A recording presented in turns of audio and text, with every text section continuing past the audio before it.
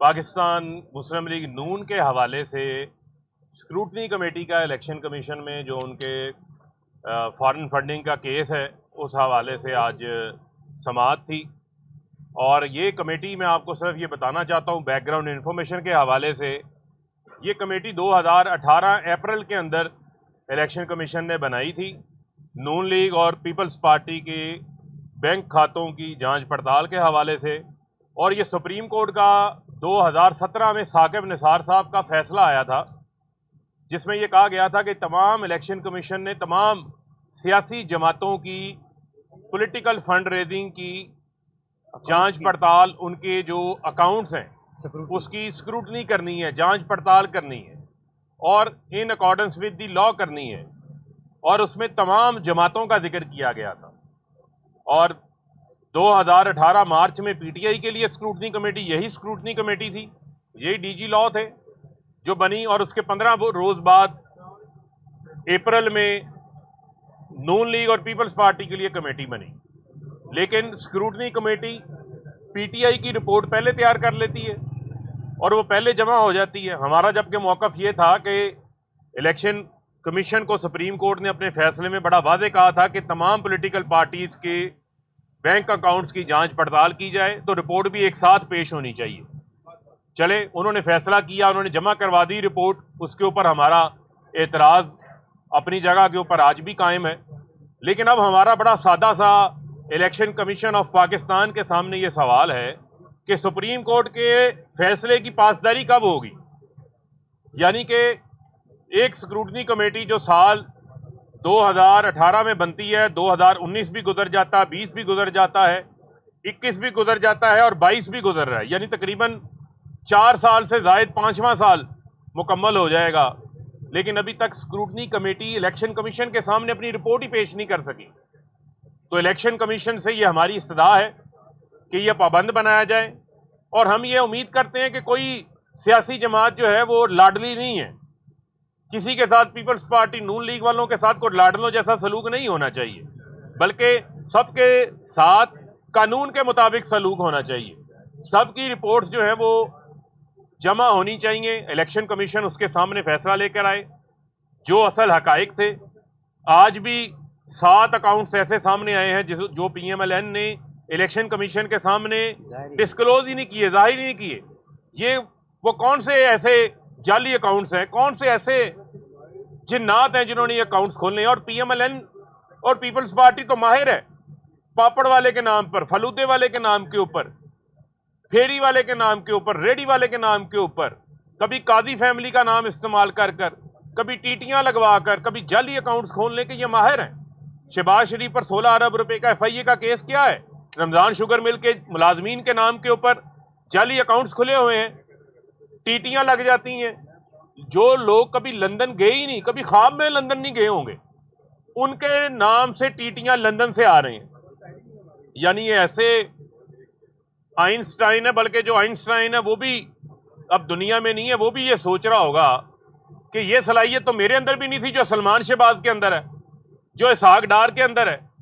इसहाक डार नवाज शरीफ के लिए money laundering करता था, सलमान शहबाज शरीफ और हमजा के लिए मनी लॉन्ड्रिंग करते हैं। और वो आते हैं, हिफाजती जमानतें भी मिल जाती हैं, 4-4 साल के लिए मफरूर रहते हैं और अदालतों में पेश नहीं होते।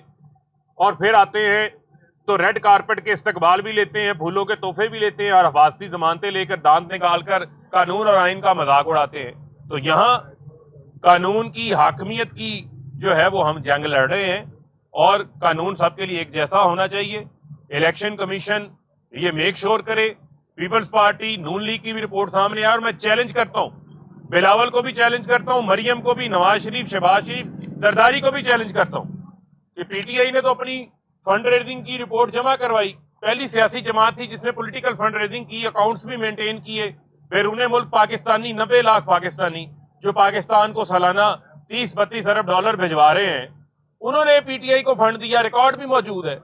लेकिन उसके ऊपर भी इन्होंने अपनी सियासत की, रिपोर्ट भी आ गई, कमीशन का फैसला भी आ गया, इमरान खान के ऊपर क्रिमिनल प्रोसीडिंग का केस भी शुरू हो गया है। लेकिन पीएमएलएन और पीपल्स पार्टी की रिपोर्ट नहीं आई। तो फिर मेरा तो ये हक है ना कि मैं ये मुद्दबाना गुजारिश भी करूं और ये सवाल भी उठाऊं कि अभी तक इलेक्शन कमीशन जो है वो रिपोर्ट क्यों नहीं पेश कर रहा? ये रिपोर्ट के अंदर किस बात का डिले है? क्यों अवाम के सामने ये हकाइक नहीं आ रहे ताकि पता चले कि ये पीएमएलएन के अकाउंट्स किस मनी लॉन्ड्रिंग में इस्तेमाल हुए, कहां से पैसा आया? ये लंदन में यूके लिमिटेड कंपनी जो नून लीग की बनी हुई है, जो पीपल्स पार्टी की पीपीपी एलएलसी बनी हुई है, ये जो पेमेंट्स होती रही हैं वहां पर बैठकर मार्क सीगल को लंदन के अमेरिका के अंदर, वो कहां से होती रही हैं? ये हकाइक सामने आने चाहिए और ये इनको बताना चाहते हैं। इनको राह फरार इख्तियार नहीं करने देंगे किसी सूरत भी। और अभी पता चला ये वजीर जंगल का कानून है यहाँ पर वजीर दाखिला के नाम के ऊपर, जो कि फैसलाबाद में भी 22 लोगों का कातिल है और मॉडल टाउन के भी 14 लोगों के शोहदा का खून उसके सर पे है। 25 मई का जुल्म भी उसके सर के ऊपर है। वो ये कह रहा है कि हम 4 बजे तक जो है अगर वोटिंग ना हुई, इजलास ना हुआ, तो गवर्नर जो है वो एक नया ऑर्डर जारी कर देंगे। तो मैं ये इनको बताना चाहता हूं कि ये जो आपके दिमाग के अंदर ये भोंडी साजिशें आती हैं, ये मुल्क के अंदर सियासी बहरान के जिम्मेदार आप लोग हैं। उस सियासी बहरान की वजह से मुल्क माशी बहरान का शिकार है।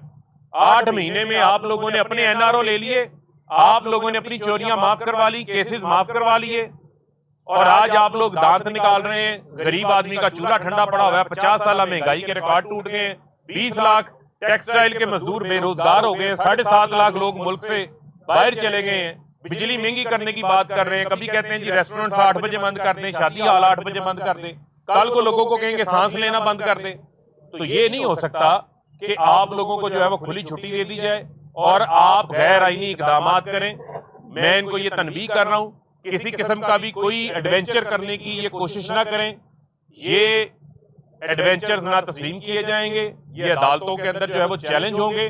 पंजाब की 12 करोड़ आवाम ने बड़ा वादे मैंडेट जो है वो पंजाब में भी इमरान खान को दिया। रजीम चेंज साजिश आपकी पाकिस्तान में जो हुई उसका फायदा लोगों को पता चल गया। चोरियां माफ करा के एनआरओ 2 लेके ये सारी पीडीएम को हो गया।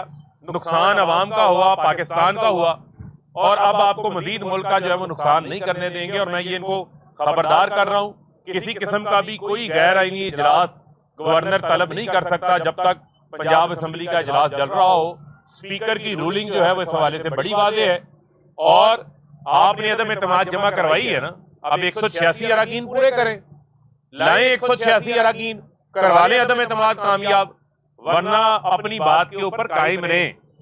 जूते उतार के दुम दबा के भागे ना कि आप कहते थे असम्बलियां तहलील करेंगे, इंतखाबात हो जाएंगे। तो हम तो अपना आईनी इख्तियार इस्तेमाल कर रहे हैं। आइन में आप असम्बलियां तहलील कर सकता है वजीर आला, तो आप उससे क्यों भाग रहे हैं? आप उसके ऊपर कायम रहे। ये घोड़ा है, ये घोड़े का मैदान है।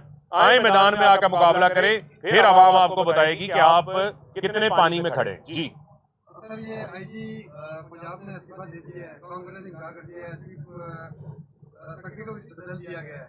पंजाब में इसमें क्या चल रहा है? देखें, चीफ सेक्रेटरी के तो देखें, मैंने फिर आपको ये कहा कि चीफ सेक्रेटरी की तैनाती का तो जो मामला ज़ाहिरी बात है वो तो वफाकी हुकूमत करती है, लेकिन वो सूबे की उसके अंदर जो है वो राय और सफारशात जो है वो शामिल होती हैं।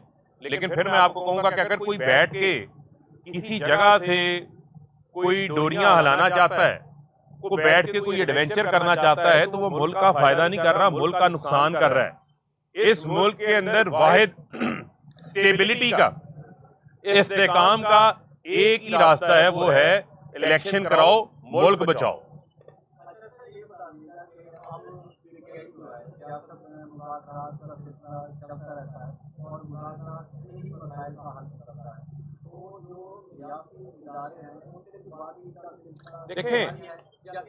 देखें बात यह है, हम सिर्फ एक चीज चाहते हैं।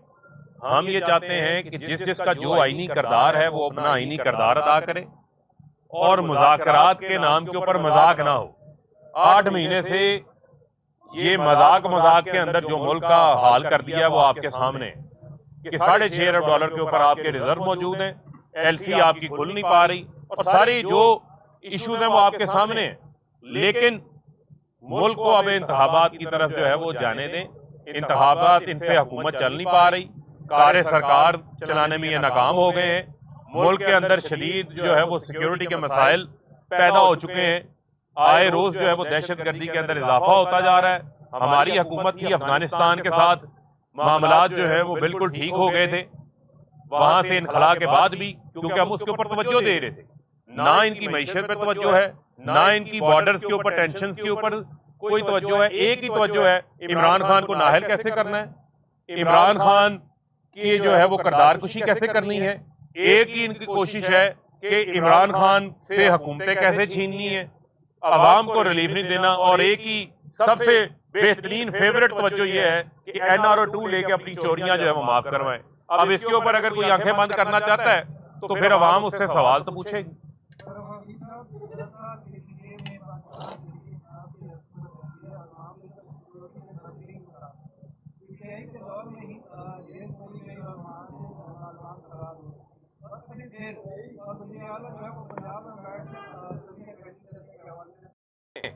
बात यह है कि जो खैबर पख्तूनख्वा का सूबा है, क्या मुझे आप ये बता दें कि वो सूबा के अंदर सिर्फ जो सिक्योरिटी है या इस किस्म की जो बॉर्डर्स के ऊपर दहशतगर्दी है उसको निमटना क्या सूबे का काम है?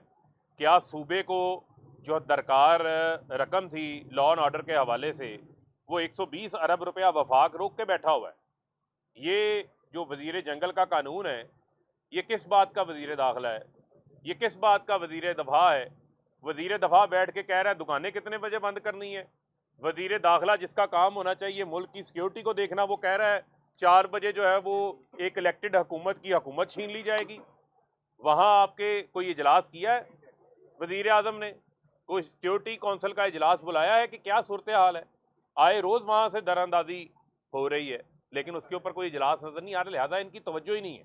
तो ये कहना कि ये सिर्फ KP के हुकूमत की जिम्मेदारी है, ये मैं समझता हूं कि थोड़ी ज्यादती हो। बहुत शुक्रिया।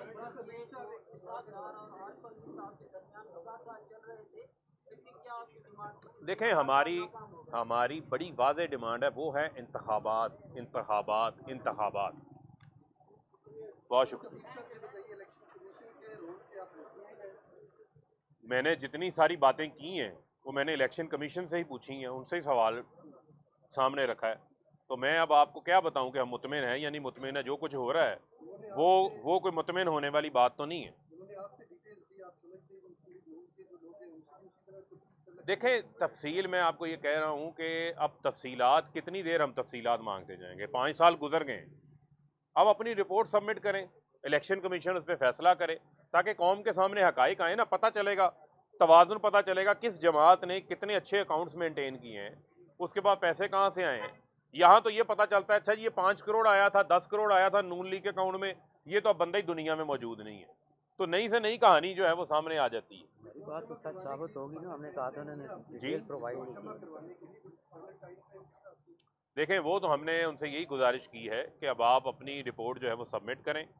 2 तारीख तक का उन्होंने नून लीग को टाइम दिया है, जो उन्होंने उनसे नई इन्फॉर्मेशन मांगी है। अगर वो जमा करवा देते हैं तो ठीक है, वरना हमने तो ये इस्तदा की है कि आप अपनी रिपोर्ट फाइनल करके कमीशन के सामने पेश करें। बहुत शुक्रिया।